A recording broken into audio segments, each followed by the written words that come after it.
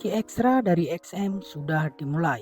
Periode promo dimulai dari 28 Januari sampai dengan 28 Februari 2025. Bonus deposit 100% hingga 500 US dollar untuk meningkatkan modal trading Anda. Promo ini berlaku untuk semua klien XM, baik yang baru maupun yang lama, dan eksklusif hanya untuk Indonesia. Gimana cara klaimnya? Nah, cara klaimnya cukup mudah. Langkah pertama, silahkan login ke halaman member area Anda. Langkah kedua, lakukan deposit ke akun real dan bonus 100% akan langsung masuk. Belum punya akun? Nah, daftar sekarang juga dan verifikasi akun XM Anda. Jangan lewatkan kesempatan ini, klik link di bawah untuk memulai trading dengan modal yang ekstra. Hoki ekstra dari XM, trading lebih untung, lebih hoki. Tunggu apa lagi? Klik link yang ada pada deskripsi untuk memulai.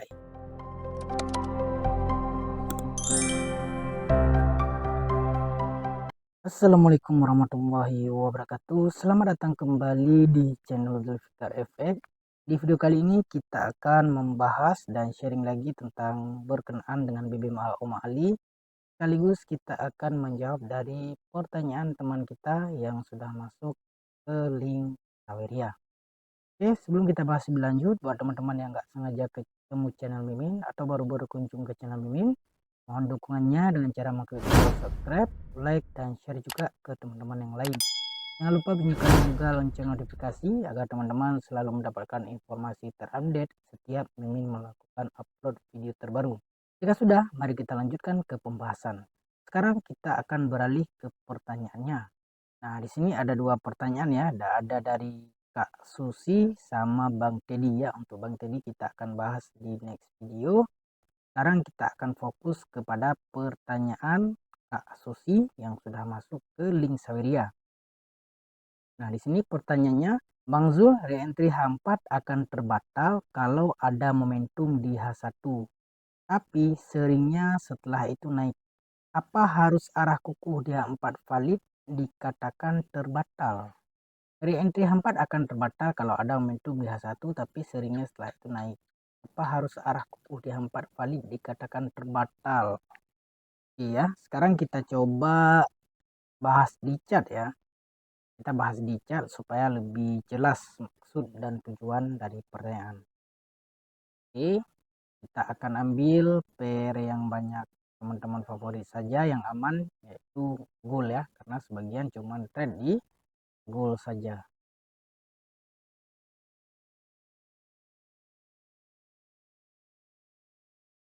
Ini ada re-entry di H4 ya. Di H1 ada momentum. Oke, kemudian naik menjadi re-entry dan potensi terbatalnya re-entry H4 itu ada.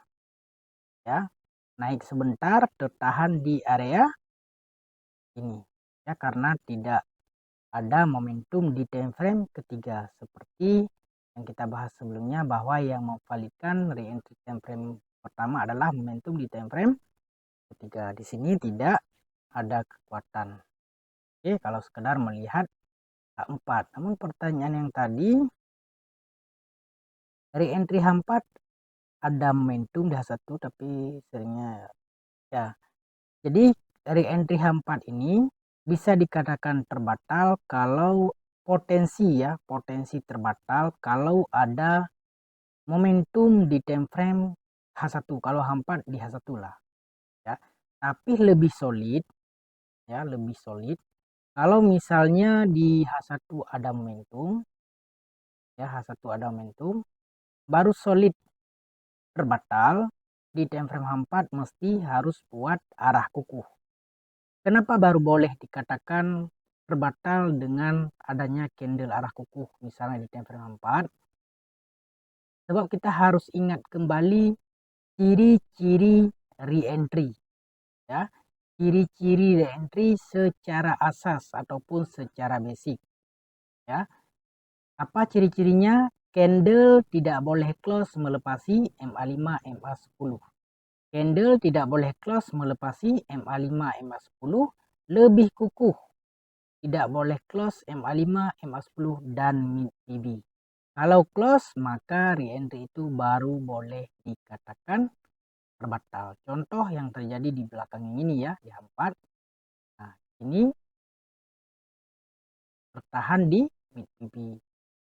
Ini juga tertahan di mid PB, atau bahasa lain re-entry pertemuan mid PB minimal 3 candle kenaikan ya, seperti yang berlaku 1, 2, 3 ya. Ini juga 1, 2, 3. Di sini juga ada 1, 2, 3. Minimal kenaikan 3 candle kalau re-entry di temuan di dominannya ya. Jadi re-entry secara asal, secara basic baru benar-benar terbatal apabila menjadi arah kukuh ya, karena ketika menjadi arah kukuh maka re-entry itu akan terbatal ya. Jadi harus ingat kembali ciri-ciri secara basic. Jadi sebelum kita gunakan multi time frame, jadi memang sering kita sebut re-entry itu akan terbatal apabila di time frame bawah ada momentum. Benar, tidak salah ya. Tetapi dia akan baru benar-benar terbatal bila time frame pertama membuat arah kukuh, di time frame kedua membuat momentum. Itu baru benar-benar terbatal re-entry itu. Sebelum itu belum boleh dikatakan terbatal, sebab ciri-ciri re-entry candle close tidak boleh melepasi MA5, MA10 lebih kukuh bila ada mid PB.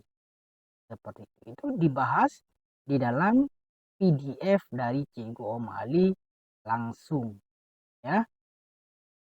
Nah, cara kita melihat kenapa malam kemarin lah Mimin ada share di grup yang re-entry ini, kalau tidak salah di sini Mimin bilang ya, share ke grup, ini bukan diamond setup ya. Kenapa bukan diamond setup? Sebab dia ada momentum di belakang ini. Meskipun pada saat close momentum di H4-nya belum jadi arah kukuh, masih reject ya. Tetapi ada kemungkinan besar re-entry H4 itu akan terbatal. Dan ketika naik ke sini dia tertahan ya, benar-benar terjun kembali ya. Itu potensi terbatal ada. Kenapa Mimin bilang ini bukan diamond dan potensi terbatal ada? Karena kalau kita lihat sebenarnya di satu time frame di atasnya, yaitu di daily, dia turun membuat di kawasan re-entry. Jadi kalau di time frame atasnya mau membuat re-entry, kemudian kita perhatikan time frame kedua, ada MA50 yang hendak keluar daripada low BB. Nah, itu kemungkinan re-entry-nya akan terbatal. Kemungkinan, apalagi re-entry di H4 ini sudah berlaku beberapa kali. Kita lihat di sini ada 1, 2, 3, 4, ini 5. Jadi berpotensi terbatal kalau sudah re-entry banyak. Kenapa terbatal re-entry H4? Yaitu untuk mengambil re-entry daily. Di mana sebelumnya di sini sudah diambil sekali re-entry daily. 1, 2, ini re-entry daily. Ini re-entry daily. Di low BB H4 itu re-entry daily. Kalau di mid BB H4 itu di low BB H1 re-entry H4. Jadi sekaligus kita menjawab pertanyaan dari Kak Susi ya. Pertanyaan Kak Susi ini sudah sering terbahas sebenarnya ya. H4 akan terbatal kalau ada momentum di H1, tapi seringnya setelah itu naik ya. Ya naiknya gini, karena tren dia itu melawan tren biasanya yang naik. Misalnya re-entry tadi disebutkan H4 akan terbatal kalau ada momentum di H1, tapi seringnya setelah itu naik. Ya, seperti yang tadi ya di goal yang ini contohnya. Nah, ini yang terakhir ya, di yang malam kemarin di sini kan ada satu re-entry H4. Re-entry terbatal. Nah, ini ada momentum. Ya. Tapi seringnya naik. Nah, naik untuk membuat re-entry.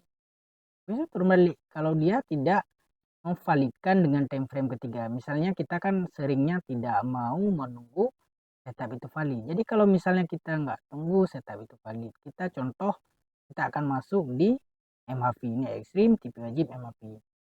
Tiba-tiba ada momentum yang baru. Apa harus buat? Cut loss atau tunggu naik kembali untuk cut loss. Karena kalau margin kita nggak kuat, turun balik MC. Ini kan lumayan nih. 300 pip. Jadi kalau ada momentum nggak kita cut loss, ya mampus akunnya. Kenapa? Karena MHV terbatal. Itu yang harus kita pahami dulu. Kalau kita mau masuk lebih awal, kan kalau kita masuk di MHV tergolong pucuk akar. Ya. Jadi selama time frame kedua, ketiga belum ada momentum yang searah dengan time frame pertama, maka potensi reentry itu belum kuat. Belum kuat. Jadi jawaban yang singkatnya untuk pertanyaan Kak Susi ya, Kak Susi yang tadi, dia yang membatalkan reentry time frame pertama tetap kembali ke ciri-ciri yang basic. Apa ciri-ciri yang basic? Di sini kita ulang sedikit ya, kembali kepada ciri reentry. Baru mudah diaplikasikan ke dalam multi time frame. Apa saja ciri-ciri reentry? Ingat balik ciri-ciri yang pertama. Ciri-ciri secara basic, bukan multi time frame. Ya, CS close tidak boleh melepasi MA5 dan MA10. Candle close tidak boleh melepasi MA5, MA10. Itu ciri-ciri reentry. Kemudian lebih kukuh apabila tidak close melepasi MA5, MA10 dan bid BB. Ini ciri-ciri reentry. Tidak boleh close. Kalau close akan menjadi arah kuku. Itu baru reentry terbatal. Secara basic. Baru terbatal. Baru reentry itu dikatakan terbatal apabila time frame pertama sudah close di bawah mid BB atau di atas mid BB. Kenapa? Karena mid BB adalah pemisah antara kenaikan dan penurunan. Sebab itu basic harus benar-benar kuat. Kita pahami dulu ciri-ciri reentry secara basic. Peranan dan fungsi Bollinger Band. Peranan dan fungsi MA5, MA10. Nah, itu tidak boleh dilupakan ya. Karena kalau kebanyakan melupakan basic, mencari yang advance, mencari yang MTF yang lebih solid. Sebenarnya basic adalah kunci. Contoh seperti tadi, kita anggap ini reentry sudah terbatal sebab dia satu ada momentum. Nah, naik balik sampai di sini baru turun balik. Benar tidak salah. Tapi ini time frame kedua, reentry ini belum terbatal selama belum ada arah kuku.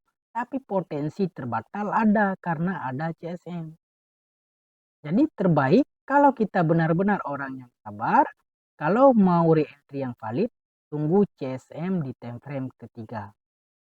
Kalau kita nggak mau tunggu CSM di time frame ketiga, apabila nanti muncul momentum yang berlawanan, cut loss.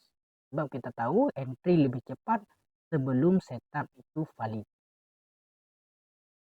Nah, contoh yang seperti yang ini. Oke, seperti ini kan ada set W di mid BB. Kita lihat dia satu.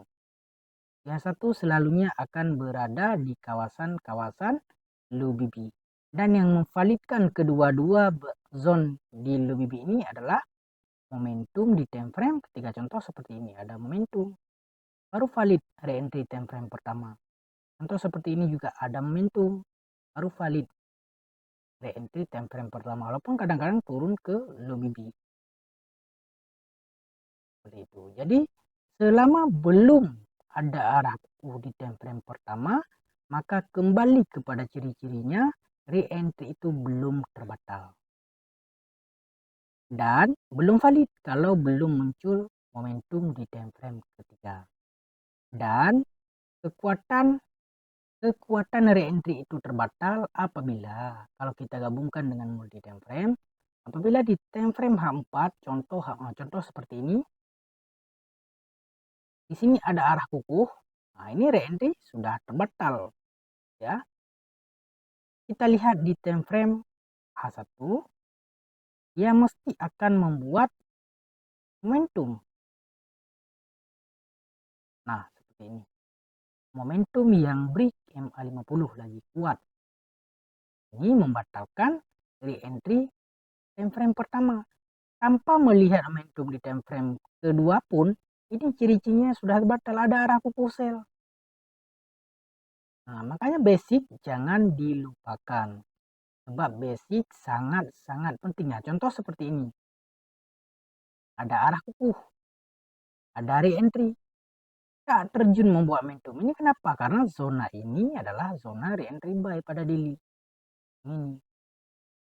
Jadi peranan antara time frame ke satu time frame yang lain sangat-sangat penting dalam penggunaan multi time frame. Jadi jangan hanya semata-mata berfokus kepada arah kukuh dan momentum yang batalkan setup. Dia memang setup itu valid. Contoh di sini ada arah kukuh yang di sini. Ini ada arah kukuh lempeng kecil. Ini ada momentum turun hanya sementara. Tapi call nggak boleh diabaikan karena pipnya besar. Kalau kita mau buy, ya mau buy sebaiknya tunggu di kawasan-kawasan low BB. Sebab low BB H4 adalah zona MA5, MA10 pada time frame di atasnya. Jadi kita lihat dulu, ini setup yang sedang berlaku benaran perjalanan dari H4 atau mau dari daily. Seperti itu ya. Jadi kalau kita tahu misalnya di sini arah kuku, ya satu ada momentum, kemana destinasinya? Ke low BB. Kalau sudah ke low BB H4 tidak lanjut dengan momentum, artinya disinilah tertahan untuk re-entry buy daily. Kalau misalnya kita udah terlanjur buy, muncul momentum di sini, kalau sebab potensi terbatal seperti H4 dengan H1 itu ada. Nah, seperti itu. Jadi paham nggak? Jadi basic harus diingat dulu ciri-ciri re-entry, peranan dan fungsi BB, peranan dan fungsi MA5, MA10, peranan fungsi MA50. Itu harus benar-benar dipahami dengan betul, baru memudahkan dalam menggunakan multi time frame. Selama melupakan basic, selalunya akan ada kekeliruan. Ya, kekeliruan antara ini setup time frame H4 atau daily, H1 atau H4. Jadi selalu akan keliru selama kita melupakan hal-hal yang basic. Sebab itu basic sangat-sangat penting, baru bisa mudah diaplikasikan dalam multi time frame. Jadi semoga bisa menjawab buat Kak Susi terkhususnya ya. Kemudian buat teman-teman yang lain juga ya. Semoga bisa mendapatkan jawaban dari perkongsian kita kali ini. Oke, supaya durasi tidak terlalu panjang, kita cukupkan sampai di sini dulu pembahasan kita. Mohon maaf jika ada kesalahan dan kesilapan dalam penyampaian. Kita akhiri sampai di sini dulu. Assalamualaikum warahmatullahi wabarakatuh. Selamat belajar, selamat mengkaji, dan salam profit.